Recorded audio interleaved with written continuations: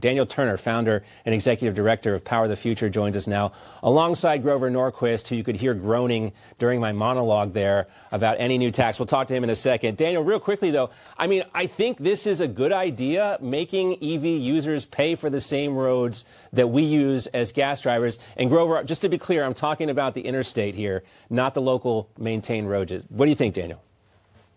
Well, it reminds me of that Thomas Sowell quote that there aren't solutions, there are trade-offs. And EVs were posited as the solution to a lot of our car problems, our emission problems and gas problems. But they introduce a whole host of new problems, one of them being that they're 50% heavier. So they do more damage to roads and to bridges, and that requires maintenance. The other thing is that they aren't paying their gas tax. I don't want new taxes on people. I don't like taxes. I think we should question the car tax as a whole. But I understand the chairman's point here to say, look, if we're all going to pay a little bit to keep the roads and bridges upgraded, then no one deserves a pass, especially not EV users, because they're what we consider good for the environment. So it's not a solution. It's not a benefit. It just shows that EVs don't solve problems. They introduce new problems. And I don't think Congress is seriously looking to address them. All right, Grover, what do you think?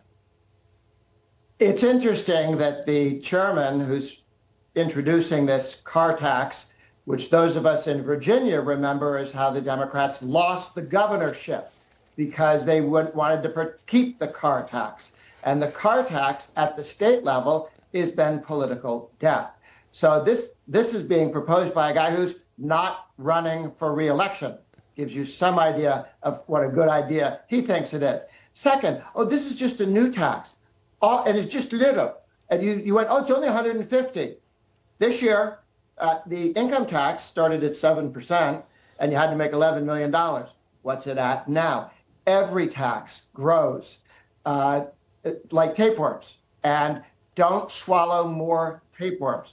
We do have a problem. A lot of the money, the gas tax money, is stolen. 18%, 20% of it goes to a handful of cities' metro systems, not roads. They take that's got to stop. Everything, and they piss it away on big city political machines. You want to cut that? Let's cut that. There are lots of ways to reduce the gas tax. Frankly, there shouldn't be a federal gas tax. We've built the federal system. All gas taxes should go to the states. And if they think it's a good idea and they don't mind getting their head handed to them by their voters by having a car tax, as soon as the Democrats get into power, they'll say, oh my goodness, there's the gas car loophole. We must have the car tax on all cars. And then it won't just be the EVs. It'll be everybody. It won't take them 2 weeks to do it. Well, they're already taxing, gas-powered cars. I think it's atrocious that the money that is supposed to be maintaining these federally funded highways is actually going to local municipalities. That's got to change, a whole other topic for conversation. But, gentlemen, appreciate your insights on this. Daniel Turner, Grover Norquist, we'll talk to you both real soon. Thank you.